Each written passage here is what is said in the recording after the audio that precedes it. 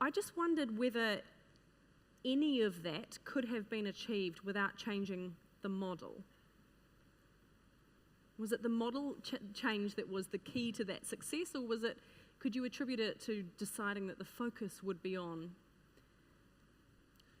prices or security of supply? I think that fundamentally, as I said, the three drivers of change of European legislation and the threat of fines, the fact that we had a comparative regulation showing that we were inefficient and not performing with in comparison to the England and Wales PLCs, and also the third aspect of the customer coming in, have all driven the change. And fundamentally, having lived in the council environment, having lived in the water authorities, and having lived through the Scottish water environment, it would not have been achieved in the councils. And that is primarily around the priorities weren't clear between, it was too much muddied between sort of roads, education, rail. Priorities were pulling people in different directions.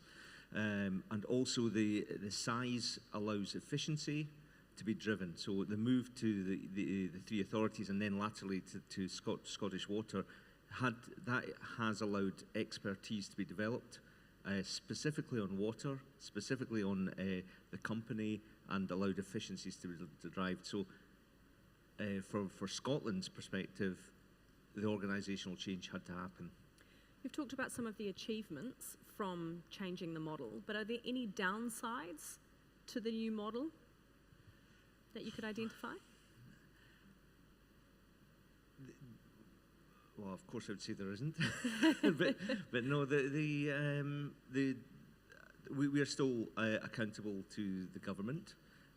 We are independently regulated, which similar to England and Wales, we are actually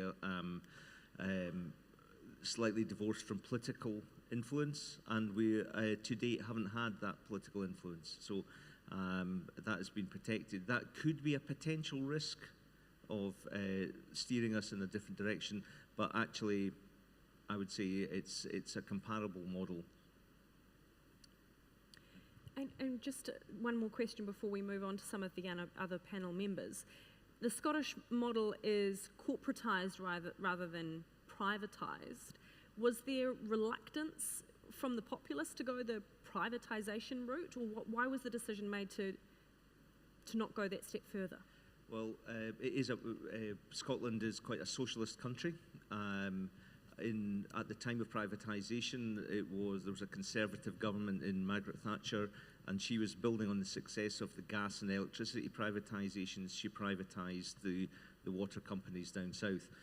In Scotland, there was a vote in Strathclyde on who would you want to privatise your water authority, and there was a resounding 97% no. So there was the people of Scotland wanted to have this what they believed was an essential service in public ownership. Andrew, would you ever go back to the old model of local government? You talked a lot about the engagement of the local population. Are they with you? Do they see the value that you've delivered to them, even though some are still saying that they think their prices are too high? So I mentioned the fact that the nationalisation debate is ongoing in the UK right now. Now, that I wouldn't have envisaged 2 years ago, because customers generally are very happy with the levels of service. So, for example, 90% customer satisfaction. The nationalisation debate is being driven. It's been driven by a number of academics. There's a report out there. There's some figures in there that we would challenge. But I think a big part of this is around transparency. One of the things that we suffer from in the regulatory regime in the UK is a lack of transparency around some of the structures company structures that have taken on board high levels of leverage. Now, this is a sector where, it's a public good. Services have got to be provided for the benefits of customers. So we expect high levels of transparency, and we're really pushing those companies very hard to say, you've got to be very transparent about your ownership structures. and where your profits go, because that matters for customers.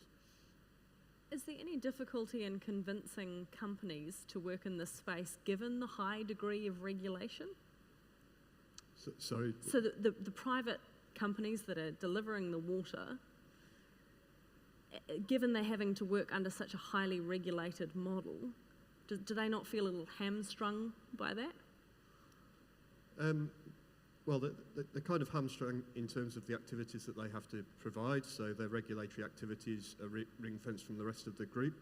So we regulate the appointed business, and whatever the company does outside of the regulated ring fence, that's a matter for the company. But if that company fails, that's at shareholders' risk. It's not at customers' risk. So the whole regulatory regime has been set up in the UK in a way that if companies do fail in the wider group, the company that provides the water and sewerage services should be able to transfer to other investors, other equity investors, and customers should not feel any impact as a result of failure outside of that group. Perhaps a question for both Ken and Andrew. In the corporatisation or the privatisation of the water, was there ever any discussion as to who owns the water and who gets to profit from the water? And the reason I ask that is that in New Zealand, when you start talking about putting a price on water, that becomes very contentious. Who owns the water? Has that been something that was ever broached in your respective jurisdictions? Basically, the people of Scotland own the water in Scotland. That's where it is.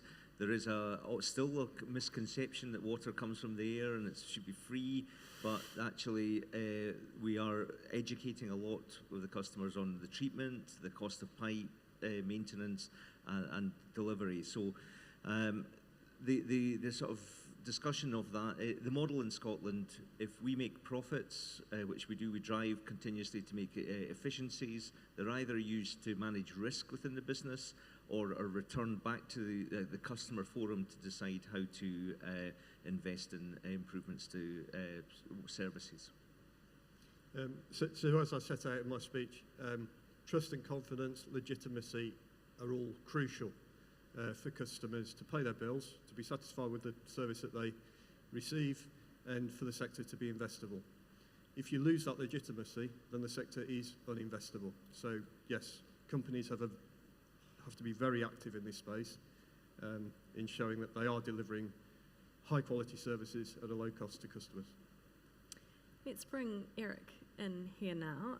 You will have seen the results that just came up on that poll that is basically saying New Zealand is a long way behind the delivery of those in the UK. In your experience, how do you see New Zealand tracking? How are we doing? Interesting question, and not too surprised to see the results that came out of that poll. I think we're very fortunate to have both Andrew and Ken join us because they have very relevant, I think, experiences in what has happened in the UK, and I think it's very relevant to what's happening here. Obviously, New Zealand, I think, a lot of my experience clearly from my accent is in the US and also in Australia, but in New Zealand as well. And I think New Zealand has a lot to be proud of. I think that in the absence of having a centralized water business, New Zealand has still progressed down that path to a certain extent. We've got the NPR, we're starting to track general metrics around our water industry performance, but I think that there's obviously a way to go. Now, one of the things that Stephen said at the introduction of the session was we need to have a structure that enables us to make timely decisions. And that is very true. I think where New Zealand is at the moment, we're actually quite fortunate that we do have so many good examples around the world that we can learn from. And I think that there's one central theme that has come from those examples, and that really is the customers have to go along that journey with the entity that's being created to manage those water assets. I think the challenge that New Zealand really has is that, particularly with some of the regional utilities, and it's the same with some regional utilities in Australia, you don't have those economies of scale. And I think that a lot of utilities are finding themselves in a very reactive stage. And you look at a CCO like Watercare, for example, and I think Raveen said in his keynote speech at the 2016 Water New Zealand conference, he really emphasized the customer experience, regaining customer trust. And I think that those larger entities have the opportunity to do that through economies of scale. Smaller regional utilities are often quite reactive and don't have that opportunity. So I think New Zealand is going along that journey, but I think the time for that discussion is now, so that New Zealand doesn't find itself in a situation like Queensland was, for example, in the mid-2000s, through a period of extreme scarcity, and essentially it was a forced amalgamation. And there's some examples of successes through that, but there's also some very good examples that I think New Zealand can also reference on what didn't work through that experience in Queensland. That's probably a good time to bring in John. What's your take on what Eric was saying, that now is the time to start thinking about how we might do things differently before we get into a Queensland situation where it's forced upon us? Well, I think the Havelock North contamination event has created an environment where people are starting to express some real concern about the performance of utilities in terms of what they do. We've got some good examples. I mean, Watercare and Wellington Water are two case studies, I suppose, where their size has allowed them to actually recruit and retain a core competency of water professionals that simply can't be retained in small councils across New Zealand. And so you'd expect them to be the leading lights in terms of the way in which they deliver customer service, and in the same way that's happened with large entities in Scotland.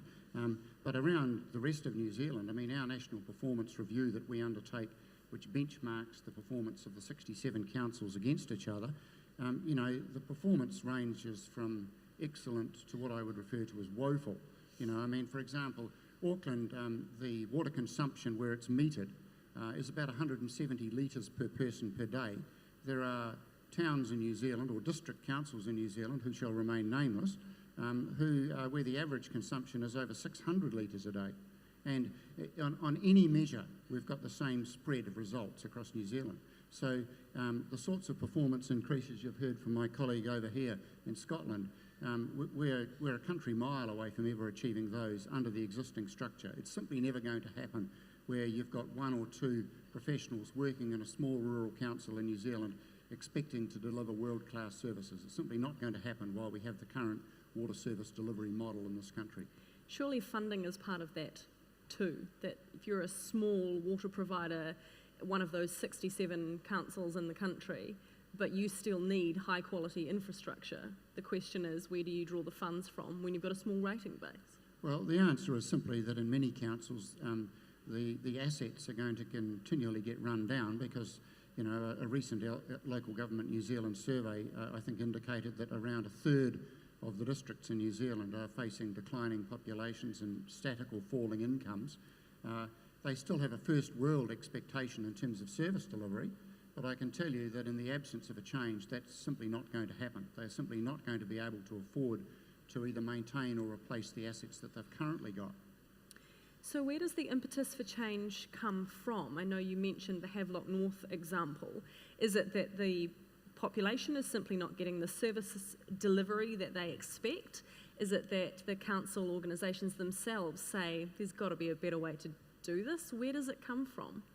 Well, I think it has to be led from central government. I mean, we've got a new administration. Maybe there's some enthusiasm there with a raft of new ministers to look at the issue afresh. I think I've talked to a number of colleagues. They say you need this burning platform to sort of hook the issue onto. And maybe Havelock North is that. It's due to report, the inquiry is due to report in December. The Department of Internal Affairs is undertaking another arm's length review of 3 water services at the moment. So there's another opportunity. But it's not, I don't believe myself it's going to come from a grassroots concern among individual small councils around New Zealand saying, gee, we need to amalgamate with our colleagues, because, the last time I looked, you look at places like even the Waikato, where you've got fairly large councils. It's taken 3 years to get to a point where 2 of them are prepared to agree that, perhaps a shared services model might work. But I think we need a more fundamental review of the structure than that. Given you know that some of the unique issues to New Zealand water, and I touched on one of them before, and that is this issue of who owns the water. When you start talking about privatisation, can you imagine there being a similar pushback to there was in Scotland, that New Zealanders don't want private ownership Yeah, of water? I think privatisation is going to be a really hard sell in this country, but a corporatised model like Scotland might work well, and there are other examples in Australia which have delivered similar sorts of performance benefits, lower price, better performance to the customers. But I think it needs to be led by central government, by politicians from central government. They've got to see that in an environment where we have upwards of $50 billion worth of water-related assets invested in this country, possibly substantially more, that the complete absence of any regulatory control is just not a good way to manage it. I could see you nodding along there, Eric. Were there some examples in Australia that you could draw on where that corporatising model has come into play? Oh, I guess I'll just go with a personal example. What brought me to Australia was to work for a council-owned corporation coming across from the U.S. And I think that actually worked out quite well for a number of reasons at that time. And that was that corporation also allowed additional sources of funding through non-regulatory sources of revenue. And that there were a number of different avenues that they had pursued. But that really tied into, number one, the economies of scale that I mentioned earlier, but secondly, one of the really big themes that's come through in the conference so far is the shortage that we have with respect to skilled labor, and that's really a challenge in a lot of regional areas. And I think that was an opportunity with that corporate structure that brought me across to the U.S. and that organization that I worked for, they brought across talent from Europe and other parts of the world. And I think that is certainly a benefit that could be realized in New Zealand through a similar model. Ken, given what John just said about we are maybe more likely to adopt a Scottish model rather than in England and Wales, is there anything in particular that we could learn from the Scottish experience? I know you talked a little bit there about the confrontational and the parent-child aspect of your journey. Is there anything you could have done to avoid that phase and get to the results a bit quicker? Yeah, I think we wasted a lot of management time and energy trying to prove our regulator wrong, when actually if we just listened to what they were saying and we could have shifted quicker.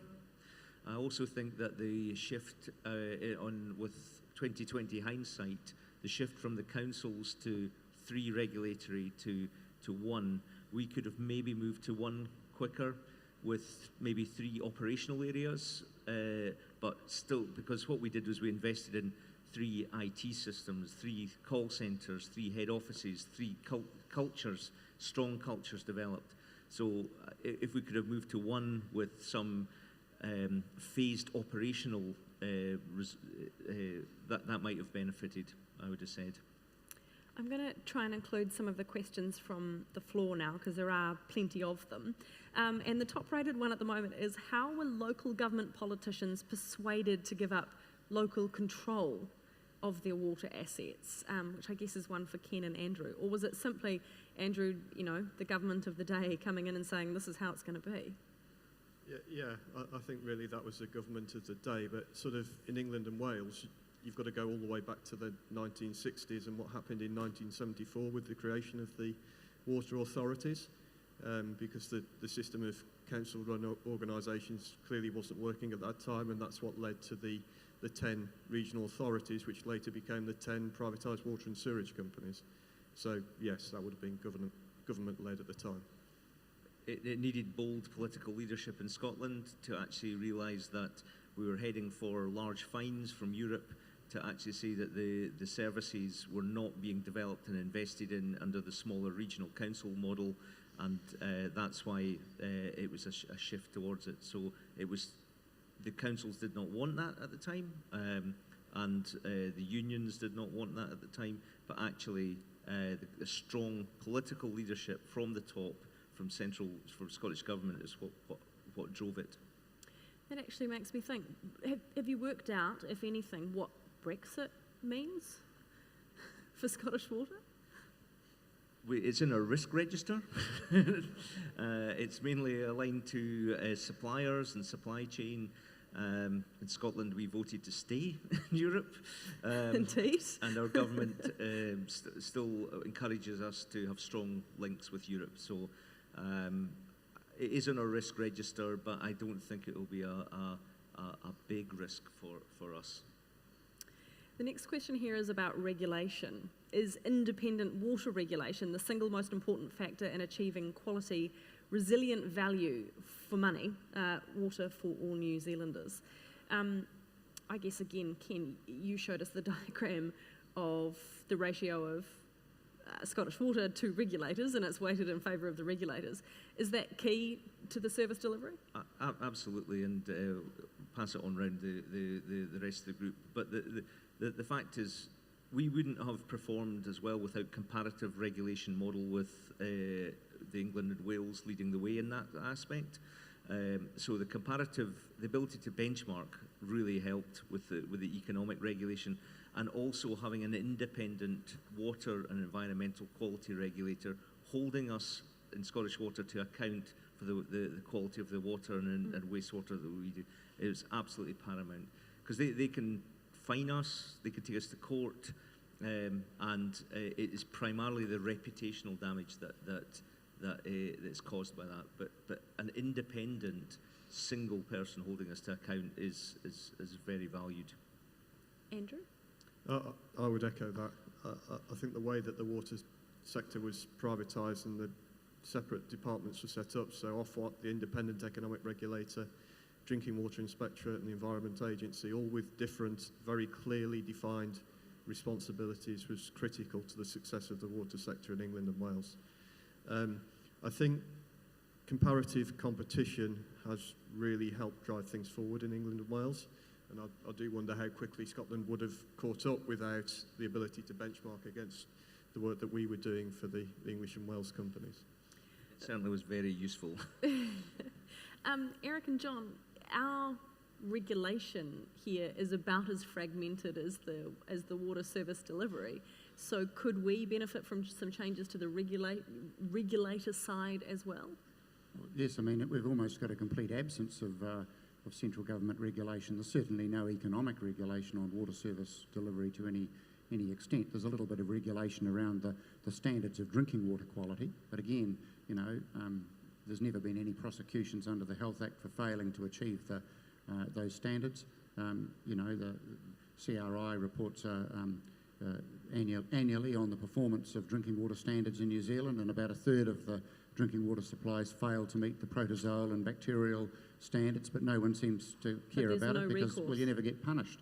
There's no fines, there's no sanctions. So, well, they exist in legislation, but they're never enforced. No. So, I mean, I think going forward, if we are to take people on a different journey in terms of economic regulation or a greater degree of regulation, we need to recognise that New Zealanders really are attracted to their local councils. They like the sense of place. They like the fact that there's some input to local decision making. So we need, whatever model we develop really needs to reflect that sort of customer, the customer focus, the fact that we've got some localised control over it, in addition to sort of some top-down approach.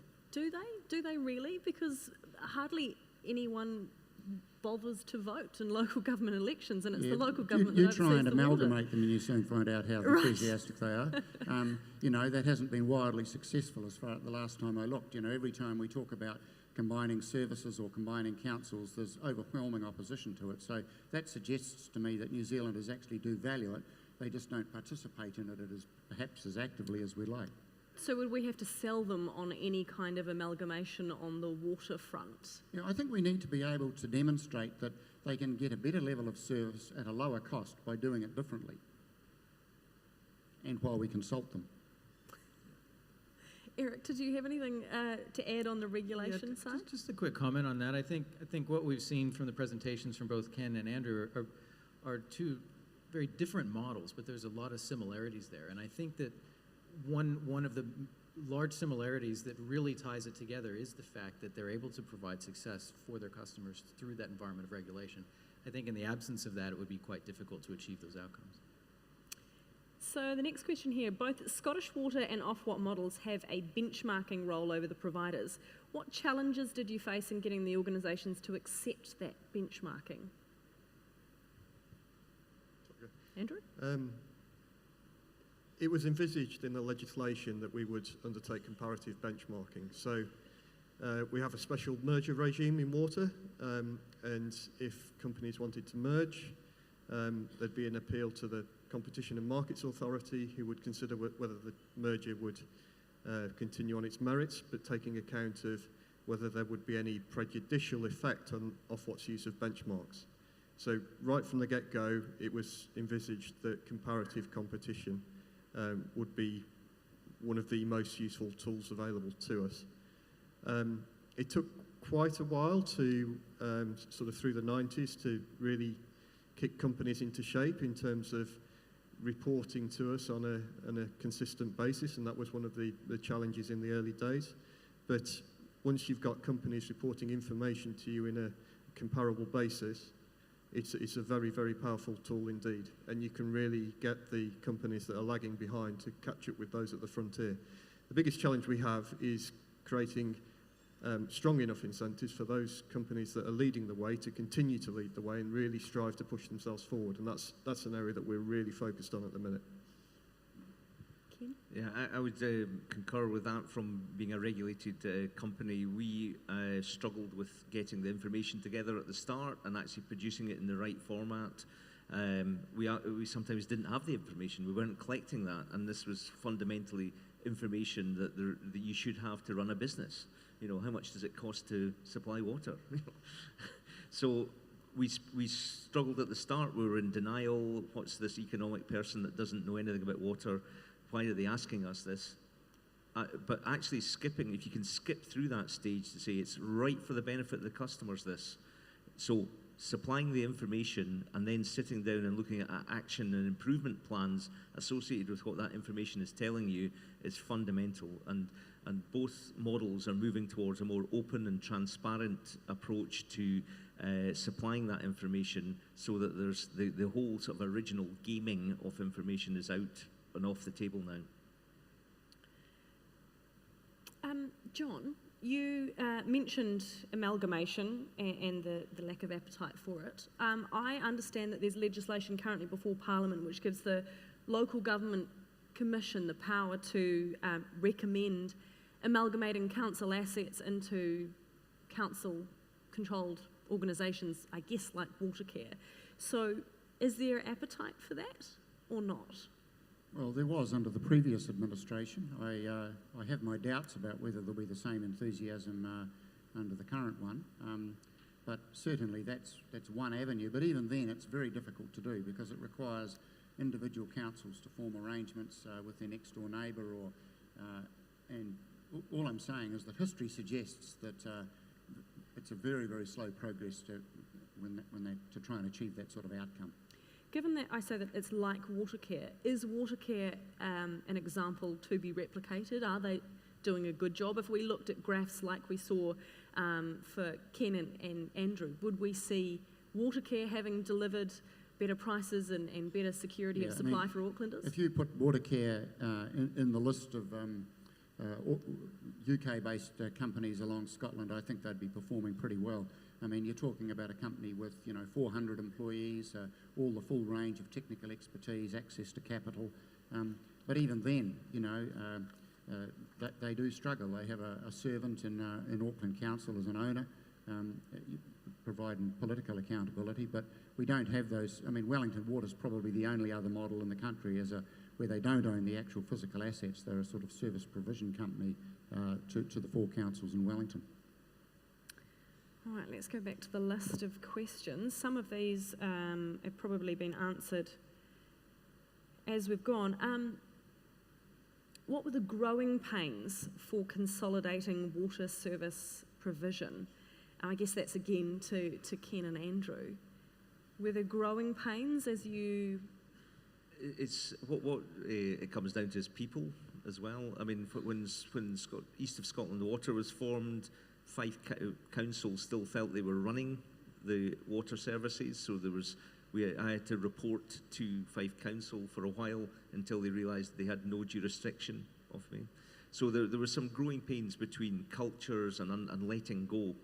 So authorities, the regional councils letting go, but also employees. Employees were concerned about moving into a new organisation, concerned about what that might do, the exposure, and concerned about the efficiency challenges. So we spent an absolute massive amount of time engaging with staff, telling them the reason why the change had to happen, what was the options, and working with the unions to ensure that the service continued and the efficiencies were delivered in a way that was right for the people as well.